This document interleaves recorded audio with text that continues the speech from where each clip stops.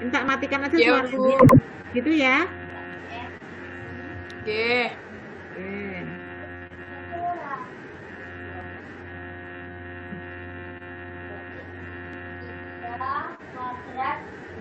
Itu suaranya gangguannya kadang-kadang apa selalu, Mbak? Selalu, Lalu, Bu. selalu sering. Kalau ini saya matikan apanya? Suaranya. Saya mute. Coba ya. Mati, Bu. Mati juga, Bu. Mati juga. Nggak kedenger, Bu. Sekarang silahkan dipresentasikan. Saya yang jadi operatornya, ya. Oke, Bu. Oke, silahkan dimulai. Saya matikan ya.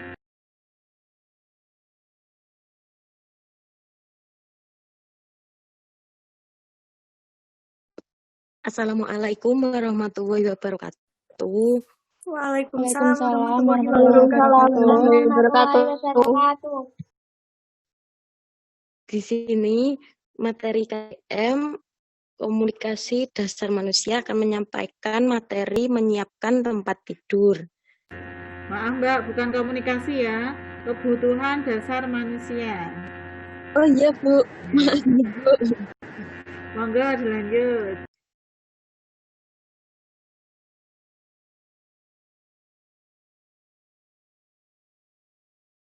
Kompetisi dasar menerapkan penyiapan tempat tidur klien.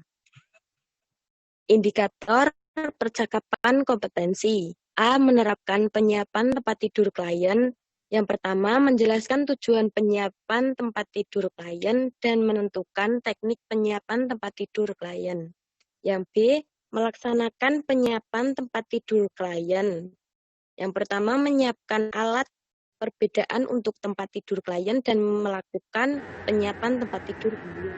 Itu bukan perbedaan tapi perbedaan ya Mbak. Perbedaan itu sama dengan menyiapkan tempat tidur. Penyiapan alat perbedaan untuk tempat tidur klien dan melakukan penyiapan tempat tidur klien. Next.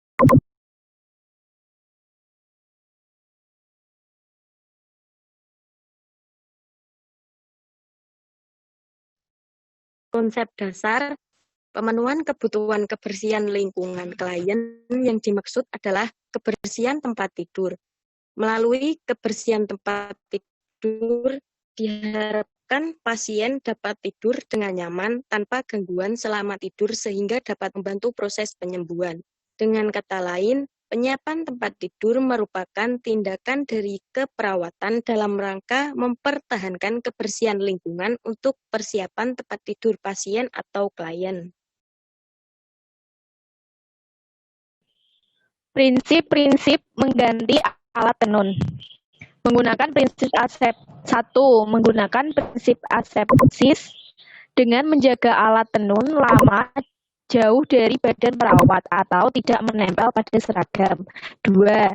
Jangan mengibaskan alat tenun lama karena hal itu dapat menyebabkan mikroorganisme lewat udara. 3. Alat tenun yang lama jangan diletakkan di lantai untuk mencegah penyebaran infeksi. 4.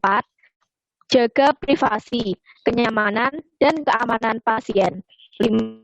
Melaksanakan penyiapan tempat tidur klien secara sistematis dan berurutan. 6. Harus percaya diri dan tidak ragu-ragu. 7. Spray yang terpasang harus licin dan tegang atau tidak ada lipatan atau lecek. Next.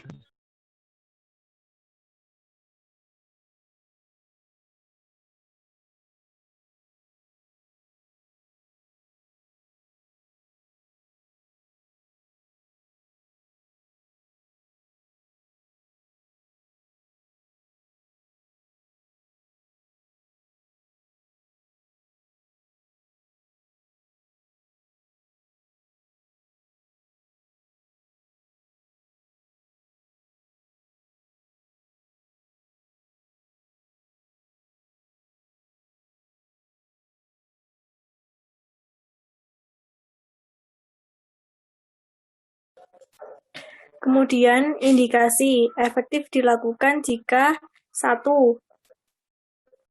Akan ada klien baru yang masuk ke ruang rawat. Terus kemudian persiapan klien yang baru saja dioperasi. Kemudian sudah waktunya klien linen diganti.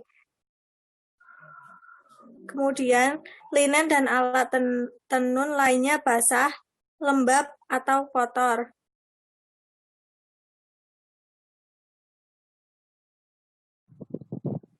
Menyiapkan tempat tidur terbuka.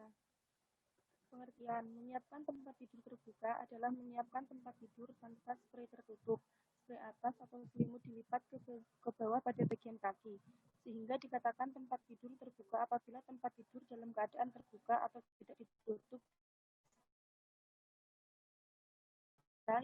pelak, selimut, dan sarung bantal. Suaranya kok pelan ya, Mbak?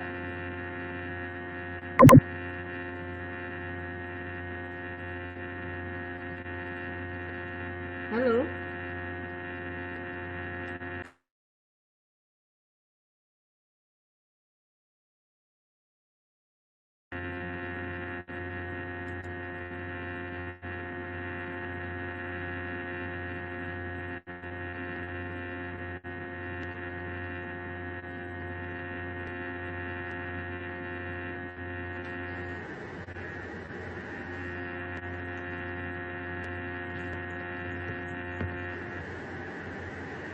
Siapkan tempat tidur terbuka.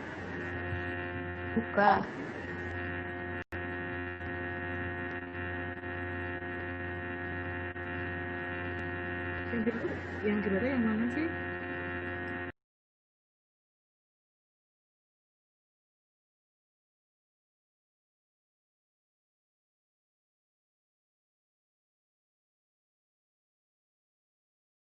Menyiapkan tempat tidur terbuka. Pengertiannya, menyiapkan tempat tidur terbuka adalah menyiapkan tempat tidur tanpa spray tertutup, spray atas, atau selimut dilipat ke bawah pada bagian kaki. Sehingga dikatakan tempat tidur terbuka apabila tempat tidur dalam keadaan terbuka atau tidak ditutup dengan spray besar setelah dipasang spray, perlak, selimut, dan sarung bantal.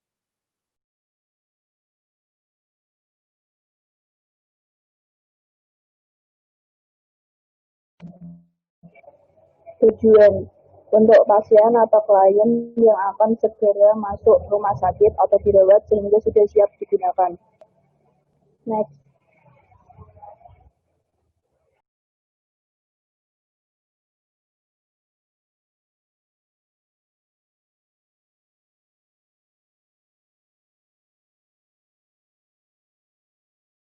Peralatan yang dibutuhkan. 1. Tempat tidur, kasur, dan bantal. 2. Handscoon dan masker.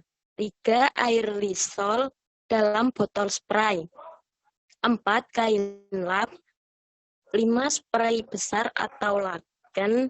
6. Spray kecil, stik laken. 7. Perlak. 8. Sarung bantal. 9. Selimut dan yang terakhir tempat untuk alat tenun kotor tertutup. Next.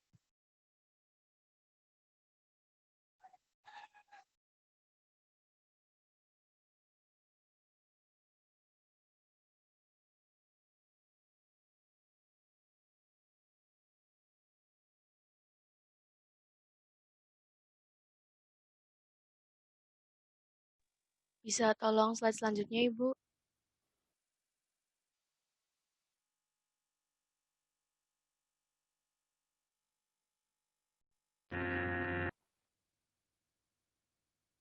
Menyiapkan tempat tidur tertutup. Pengertiannya yaitu tempat tidur tertutup adalah tempat tidur yang sudah disiapkan dengan spray penutup. Tujuannya diantaranya 1. Dapat dipakai sewaktu-waktu, 2. Kelihatan selalu rapi, dan 3. Selalu terlihat bersih.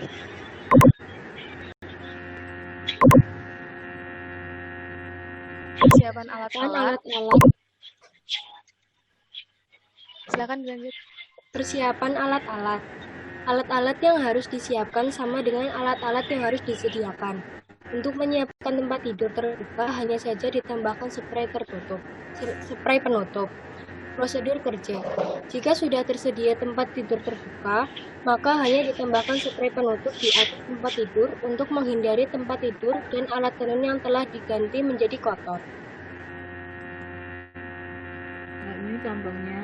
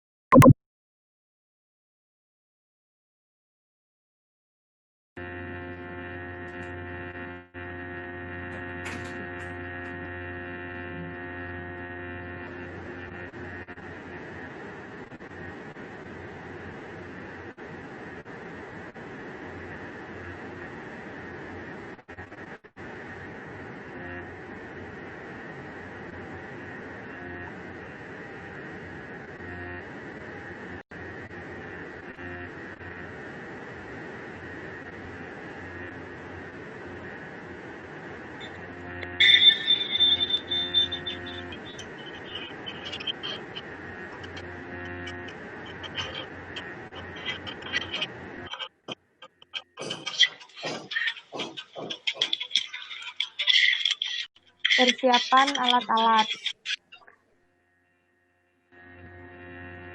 Persiapan alatnya sama dengan persiapan alat menyiapkan tempat tidur terbuka, hanya saja ditambah 1 selimut dan buli-buli panas.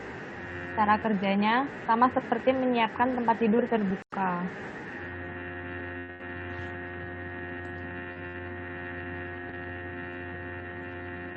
Selanjutnya yaitu mengganti alat tenun dengan pasien di atasnya. Pengertian, yaitu merupakan suatu tindakan menggantikan alat tenun yang kotor dengan alat tenun yang bersih pada tempat tidur pasien dengan pasien di atasnya. Tujuannya yang pertama, menciptakan lingkungan yang bersih, tenang, dan nyaman. Yang kedua, menghilangkan hal yang dapat mengiritasi kulit dengan menciptakan alat tidur dan selimut yang bebas dari kotoran dan lipatan.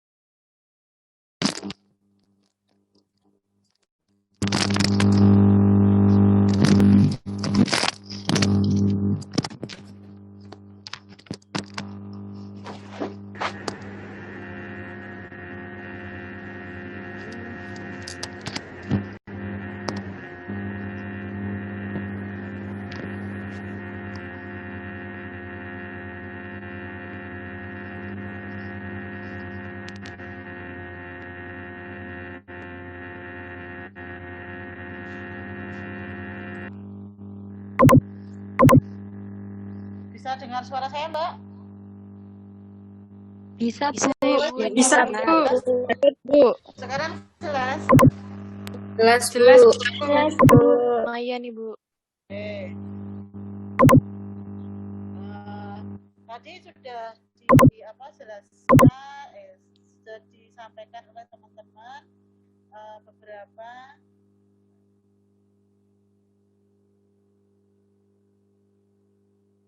tadi sudah dijelaskan tentang beberapa macam menyiapkan tempat tidur ya.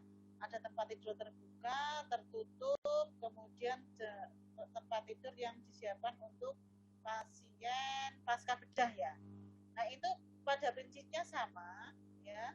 Cuman pada pasien tempat tidur tertutup itu hanya tempat tidur terbuka kemudian ditutup dengan cover bed ya.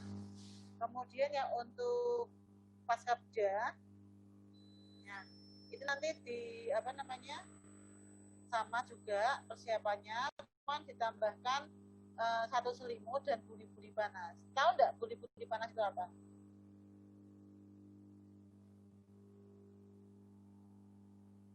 Halo? Bisa membayangkan?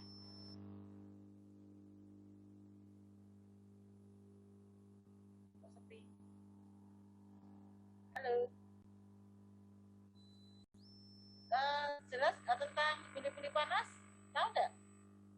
Punya gambaran atau apa?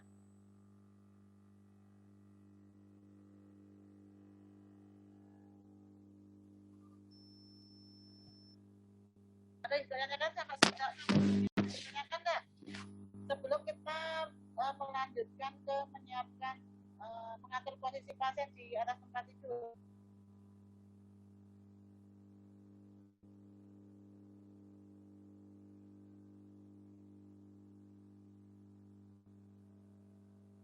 Halo.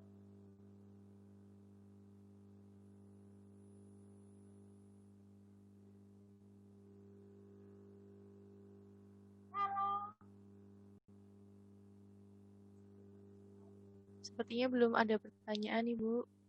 Oh, belum ada. Kita lanjutkan ke ini ya. Ke mengatur posisi pasien di atas tempat tidur ya.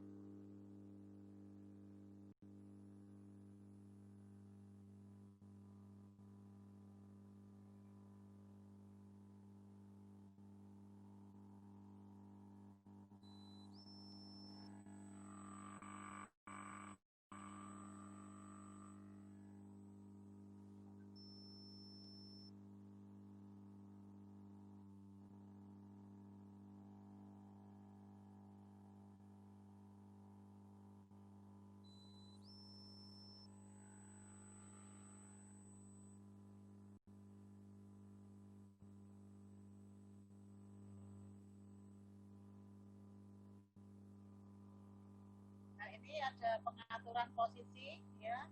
Yang pertama adalah posisi flower, merupakan posisi tengah duduk atau duduk di mana bagian kepala tempat itu lebih tinggi. Kepala dan dada dinaikkan setinggi 15 sampai 45 derajat atau semi flower, kemudian 60 derajat itu yang posisi flower. Jadi ada flower ini ada dua, yaitu semi flower dan flower ya. Nah ini kemudian ini gambarnya, jadi posisi tengah duduk ya. Terus tujuannya membantu mengatasi masalah kesulitan pernafasan dengan dan kardiovaskuler. Kemudian melakukan aktivitas di tempat itu. Suaranya kecil, Bu. Maaf. Suaranya kecil.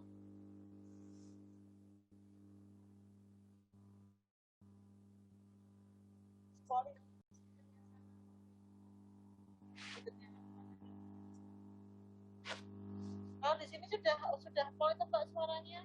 Mungkin tempatnya jenengan yang dibesarkan ditambah volume. Bu, permisi Bu, Ibu pakai earphone, Bu. Iya. Earphone-nya kurang deket kali, Bu. Earphone-nya ketutupan jilbab mungkin. Ini jilbab putih. Nah, begitu Bu, bagus. Sudah jelas? Jelas, Ibu, sangat jelas. Terima kasih. Oke. Ya saya ulang tadi tujuan posisi flower atau semi flower itu membantu mengatasi masalah kesulitan nafas ya, jadi seperti sesak nafas itu ya Mbak, dengan gangguan kardiovaskuler atau penyakit jantung, kemudian melakukan aktivitas tertentu, misalnya pasien yang bed rest itu mau makan, ya, jadi diposisikan semi flower atau flower. Kemudian peralatan yang harus disiapkan yaitu tempat tidur, bantal kecil, gulungan handuk, bantal kaki, dan sarung tangan jika perlu. Tapi sebaiknya setiap kita melakukan tindakan menggunakan sarung tangan, ya. Sarung tangan itu ada sarung tangan yang steril, ada sarung tangan yang disposable, ya, yang biasa untuk sehari-hari. Kemudian prosedur kerja, mengucapkan salam, memperkenalkan diri, menjelaskan tujuan, menjelaskan prosedur perawatan pada pasien, kemudian menanyakan kesiapan pasien, dan cuci tangan, memakai sarung tangan jika perlu. Jadi mengucapkan salam ini mungkin sudah pada tahu semua, ya. Mungkin selamat pagi atau assalamualaikum, selamat sore, selamat siang, dan lain sebagainya. Memperkenalkan diri, sebutkan nama Anda, ya. Kemudian menjelaskan tujuan, mau apa, ya. Mau misalnya perkenalkan nama saya Bidan A yang bertugas pada pagi hari ini akan melakukan tindakan apa, misalnya mengganti posisi atau menyiapkan tempat tidur dan lain sebagainya. Menjelaskan prosedurnya bagaimana, apakah pasiennya harus turun, ya, atau apa. Kalau flower ya mau ini menjelaskan, nanti ibu saya posisikan setengah duduk agar apa, seperti itu. Kemudian naikkan kepala bed 45-90 derajat sesuai kebutuhan, ya. Letakkan bantal kecil di bawah punggung jika ada celah.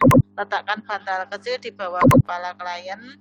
Pastikan tidak ada tekanan pada lutut. Nah, ini kalau sekarang tempat tidur rumah sakit itu sudah bisa diatur mau posisi berapa derajat, tinggal putar aja sesuai dengan kemauan kita. Jadi ini kita menggambarkan apabila di rumah sakit atau puskesmas tidak memiliki tempat tidur yang bisa kita setel, ya, semau kita. Jadi harus menggunakan alat-alat sebagai berikut. Kemudian topang telapak kaki klien dengan menggunakan footboard. Letakkan bantal untuk menopang kedua lengan dan tangan bila klien mengalami kelemahan. Kemudian setelah selesai, rapikan klien. Kemudian dievaluasi, ditanya sudah nyaman atau belum, ya. Setelah selesai semuanya, kita cuci tangan dan jangan lupa dokumentasikan tindakan yang sudah dilakukan, ya. Kemudian posisi atau semi pronasi. Posisi di mana klien berbaring pada posisi pertengahan antara posisi lateral dengan posisi pronasi. Pada posisi ini, lengan bawah ada di belakang tubuh klien, sementara lengan atas di depan tubuh klien atau posisi miring. Nah, ini posisinya, ya. Jadi miring, ya, miring tapi ini antara tangan kiri kanan, kemudian kaki kiri kanan, ya, tidak boleh bertumpukan tapi dikasih bantal di bawahnya.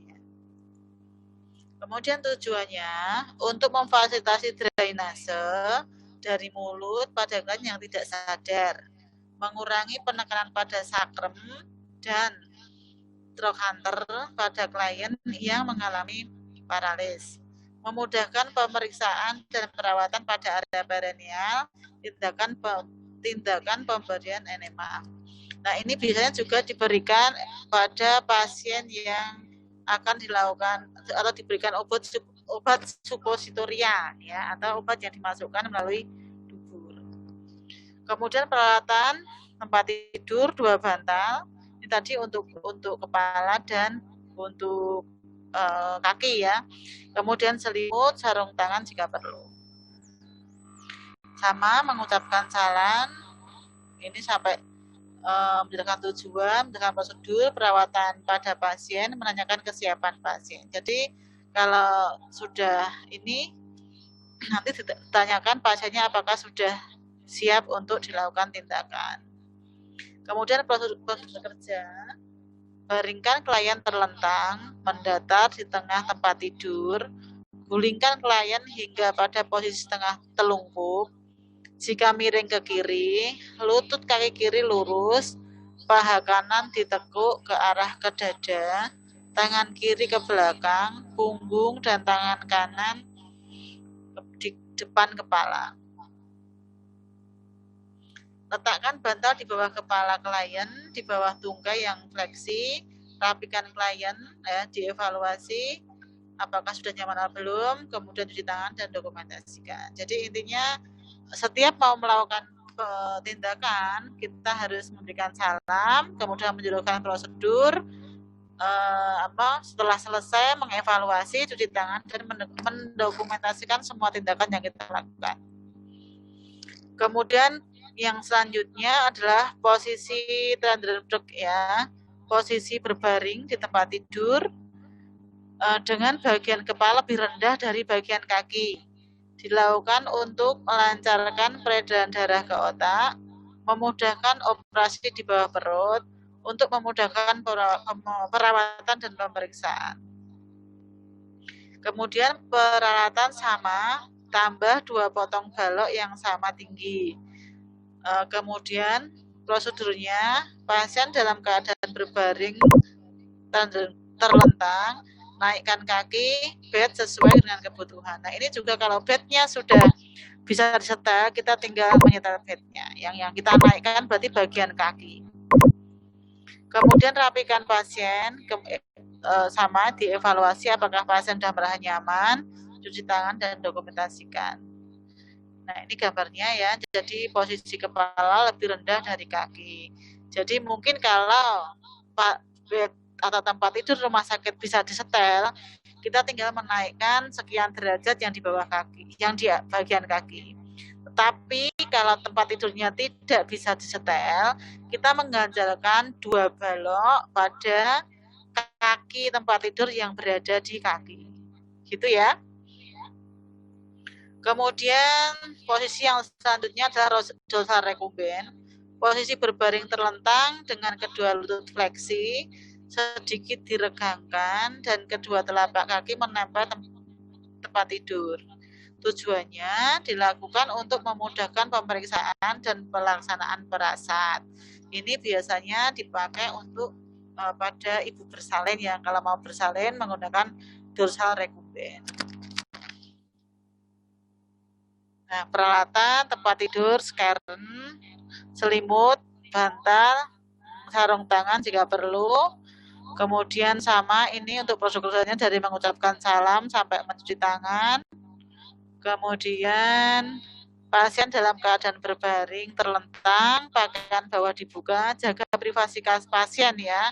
Itu kalau di ruangan yang sendiri dengan menutup pintu, tapi kalau di bangsal menutup dengan pembatas atau skern ya, atau korden. Kemudian tekuk lutut, regangkan paha dan kedua kaki, telapak kaki menempel tempat tidur. Rapikan pasien, kemudian dievaluasi apakah pasien sudah nyaman atau belum. Setelah selesai, cuci tangan dan dokumentasikan. Nah ini posisinya ya. Jadi kaki ditekuk agak meregang. Nah ini biasanya nanti kita akan jumpai saat menolong persalinan. Kemudian posisi letotomi, sikap dalam posisi berbaring, terlentang dengan mengangkat kedua kaki dan menariknya ke arah perut. Memudahkan pemeriksaan, memudahkan pelaksanaan perasaan, untuk memudahkan perawat dalam melakukan pemeriksaan. Nah ini biasanya untuk melahirkan yang bayinya besar, kemudian juga posisi untuk pemasangan IUD, KB IUD atau KB spiral. Peralatan tempat tidur, skern, selimut, bantal, sarung tangan jika perlu. Proses kerjanya sama, mengucapkan salam, kemudian menjelaskan tujuan sampai dengan mencuci tangan. Kemudian pasien dalam keadaan berbaring terlentang, pakaian bawah dibuka, jaga privasi pasien. Kemudian tekuk lutut, regangkan paha dan tarik ke arah perut, tungkai, membentuk sudut 90 derajat, rapikan pasien, dan evaluasi, cuci tangan, dan dokumentasikan tindakan. Nah, ini gambarnya. Jadi ini biasanya posisinya ada di ginbed atau bed yang untuk ginekologi ya. Ini biasanya untuk persalinan sungsang, persalinan dengan bayi besar, atau pemasangan spira atau IUD. Kemudian posisi genuk pektoral. Posisi pasien menungging dengan kedua kaki ditekuk dan dada menempel pada tempat tidur. Dilakukan untuk pemeriksaan rektum dan sigmoid atau kolon. Nah, ini biasanya juga untuk pasien-pasien tertentu yang akan dilakukan pemeriksaan. Kemudian peralatan tempat tidur, skerem, selimut, bantal, dan sarung tangan jika perlu. Prosedur kerjasama mulai dari mengucapkan salam, kenalkan diri, tujuan, prosedur, kemudian sampai cuci tangan. Kemudian prosedur kerjanya, anjurkan pasien dalam posisi menungging dengan kedua kaki ditekuk, dada menempel pada tempat tidur. Kemudian rapikan pasien, evaluasi apakah posisinya sudah nyaman, cuci tangan, dan dokumentasikan. Nah, ini posisi seperti ini biasanya pada ibu hamil yang bayinya sungsang, bisa dianjurkan seperti ini. Jadi seperti orang sujud, muka menoleh ke kanan atau ke kiri, dada menempel pada tempat tidur, ya, lutut sejajar dengan kakinya. Kemudian habis. Terima kasih. Gimana? Sudah ada gambaran ya, Mbak? Gampang ya?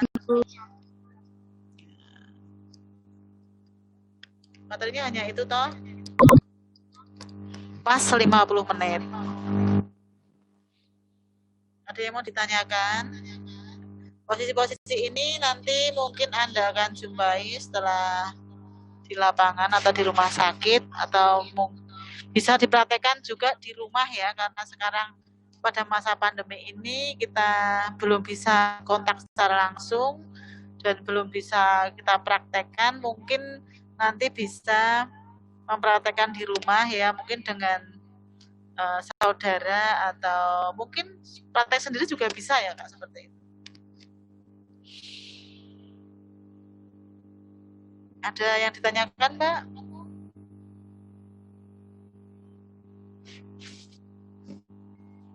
Izin bertanya, Bu. Puli-puli panas tadi itu apa ya, Bu? Puli-puli panas itu, jadi kalau di rumah sakit itu ada seperti tempat air panas ya, seperti apa ya? Kita nggak bisa menunjukkan ya. Mungkin kita kan masih ketemu sekali lagi ya. Nanti akan saya tunjukkan buli-buli panas. Jadi kalau itu terbuat dari karet yang bisa diisi air panas, nanti ini tuh tujuannya diletakkan di pasien di tempat tidur yang untuk bedah ya. Itu bisa diletakkan di bagian yang sakit ya, di pasien. Kalau di desa bisa diganti dengan botol diisi air panas. Ini ya suatu tempat kalau yang sebenarnya itu terbuat dari karet ya, yang bisa untuk diisi air panas, yang namanya buli-buli panas. Yang kedua itu ada girbat es, bentuknya hampir sama tapi bedanya diisi dengan air es atau es ya. Nah, itu kalau di desa yang jauh dari itu bisa diganti dengan botol diisi air panas. Itu intinya untuk menghangatkan atau mengurangi rasa sakit aja sih, Mbak. Besok minggu depan kalau kita masih ada kesempatan, saya tunjukkan buli-buli panas seperti apa. Gitu? Ada lagi? Iya, sama-sama.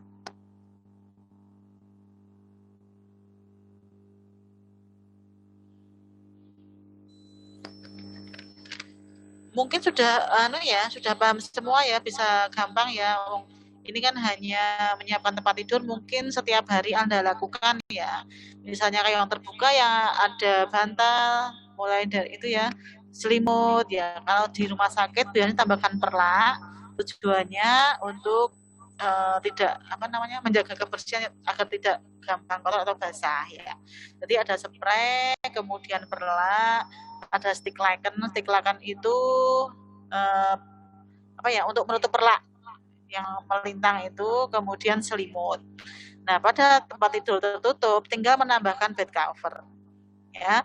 Nah, untuk yang pasca bedah biasanya tidak ada bantalnya dan ditambahkan atau disiapkan buli-buli panas, nanti bisa dipakai bila pasien memerlukan.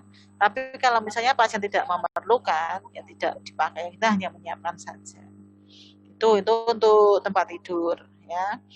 Kemudian nanti juga saya carikan atau saya tunjukkan bagaimana sih mengganti spray atau alat tenun dengan pasien di atas tempat tidur seperti itu. Nanti pertemuan yang selanjutnya. Bu Yuni tinggal sekali ya?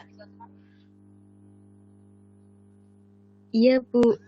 Iya, nanti kita yang pertemuan selanjutnya kita praktek cuman daring ya, Mbak. Karena kan itu memang silabinya seperti itu ya kalau nggak salah ya. Jadi pertemuan pertama ini menyampaikan materi atau teori, yang kedua mungkin nanti demonstrasi ya, demonstrasi tapi jarak jauh. Gitu ya Mbak. Oke, ada yang izin atau yang tidak masuk?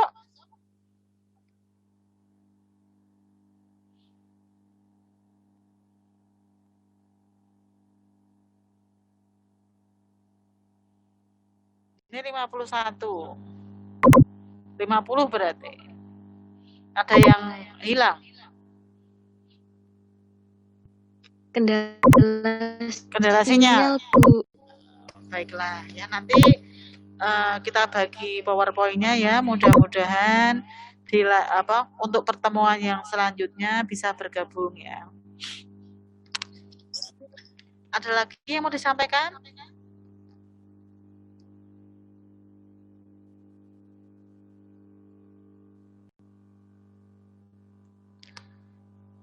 Tidak ada. Kontrak saya kemarin sama sipanya sampai jam 11 ya. Nah, ini sudah hampir jam 11. Kalau memang tidak ada yang disampaikan, saya kira cukup. Atau bagaimana? Ya, Bu. Cukup ya. Baik. Kalau sudah cukup, baik, terima kasih. Kalau tidak ada pertanyaan, saya akhiri. Terima kasih perhatiannya. Mohon maaf apabila kurang maksimal dalam penyampaian. Dan mohon maaf juga tadi ada beberapa gangguan teknis. Itu ya. Baik, tetap jaga protokol kesehatan, semangat. Semoga pandemi segera berakhir, kita bisa bertatap muka. Dan salam sehat selalu. Saya akhiri. Wassalamualaikum warahmatullahi wabarakatuh. Waalaikumsalam. Terima kasih. Terima kasih, Bu. Ya, sama-sama.